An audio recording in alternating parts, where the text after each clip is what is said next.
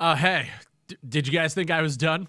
No. Now we're just getting started. Earth 2 has dropped one of the most highly anticipated updates to this metaverse. They're building something that I think could actually change the landscape of digital worlds forever. Something so incredible that it's got me questioning my entire stance on this project. That update? Jewels. Like in a mobile game. Jewels.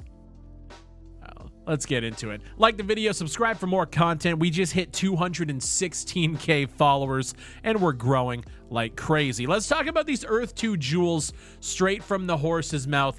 I'm going to go through, there's this medium.com article written by some of the people in the Earth 2 community. So this is like up-to-date information. It came out 13 hours ago.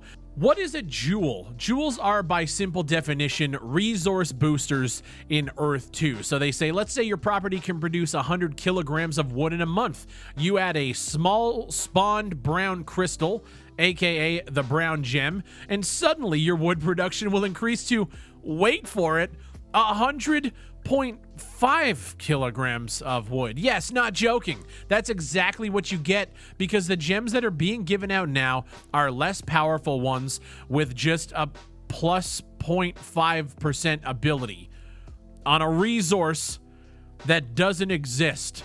There's no resources to boost at all. They're putting these jewels out here to do nothing. And just as we're getting started, I apologize that I gotta show this fucking buggy jumping over this ramp 100 times. I'm sorry, there's just no other gameplay. I could show some Bejeweled gameplay.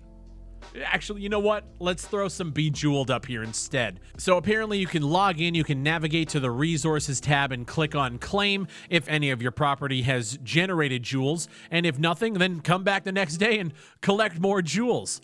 Currently, there's 7 of these jewels that are tagged to the 8 resources in Earth 2 that have been announced, but apparently they've yet to generate. So you have blue, black, brown, ochre, gray, sandy, and yellow. And they attribute to fresh water, coal and oil, wood, iron ore, limestone, sand, and gold. So everything that your tiles are going to generate in the future, if you have some of these jewels, they add 0.5% to those resources. What those resources do, nobody fucking has any idea. You can apparently trade them in the future when the tiles are able to generate them, but there's just nothing. But let me tell you, there's so many people that are going fucking crazy for these jewels. Should I have a large property to get a jewel, they ask? No. I myself have got a yellow jewel from a single tile. He says I do have a larger property next to it, but have not got anything from it yet. What can I do with a jewel? So this is like the main thing. What the fuck is the point? The only option you have now is to store it. So it's just like everything else. Based on the information and disabled tabs shown under the resources, you may be able to do some things like craft, slot, or sell in the future when things get done. So they're developing out this resource production mechanic for Earth 2, and I think this is what everybody has been waiting for. Shane Isaac, the head honcho CEO of Earth 2, put out a tweet stating that this is basically the initiation, this is the kickoff for Phase 2, and apparently this is to be followed by a steady release of Phase 2 centric features.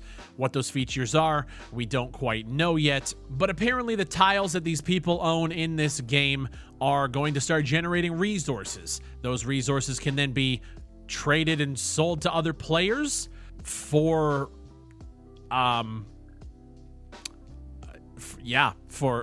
just to be able to be traded again. According to this article here, and I'm going to have all of this stuff linked down below so you guys can read it, apparently you're going to be able to selectively craft jewels to potentially discover enhanced results. This article actually goes in to say that there's going to be things called blueprints as well. So blueprints have been hinted many times by Shane that they'll be sold peer-to-peer and be completely unique. So blueprints could be a whole building containing building blocks, which could be sold as NFTs, just like buying a house IRL. Ah, fuck me. There's also something called slotting, which I mentioned before.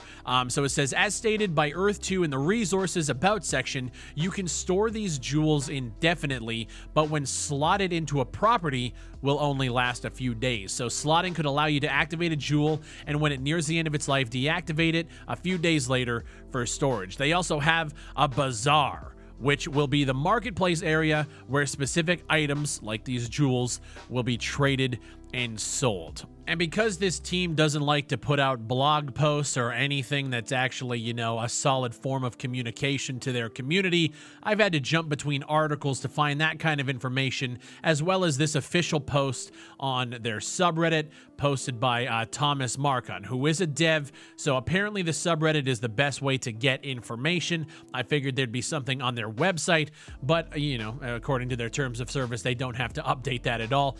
So they said that they have quietly pushed out their new React front-end framework for the entire Earth 2 app interface. While the changes are not so visually recognizable, the update is significant, involving months of work.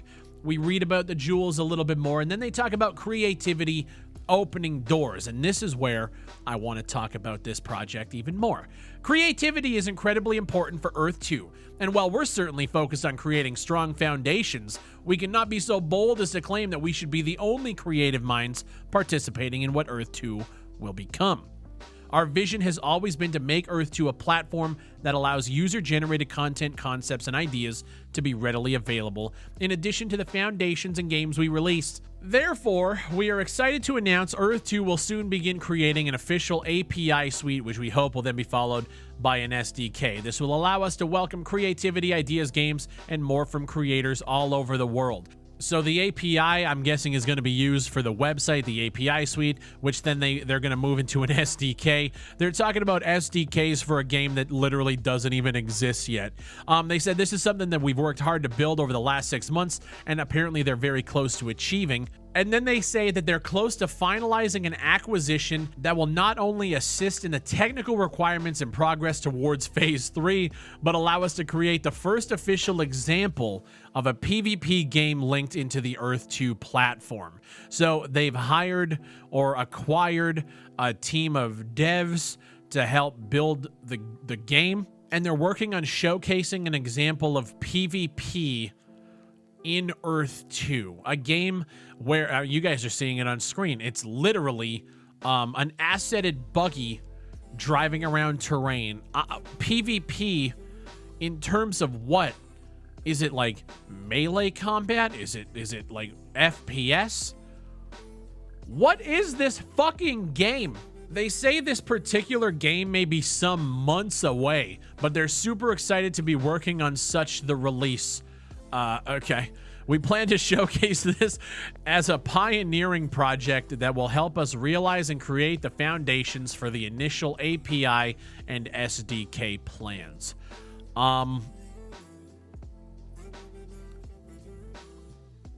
So we got jewels.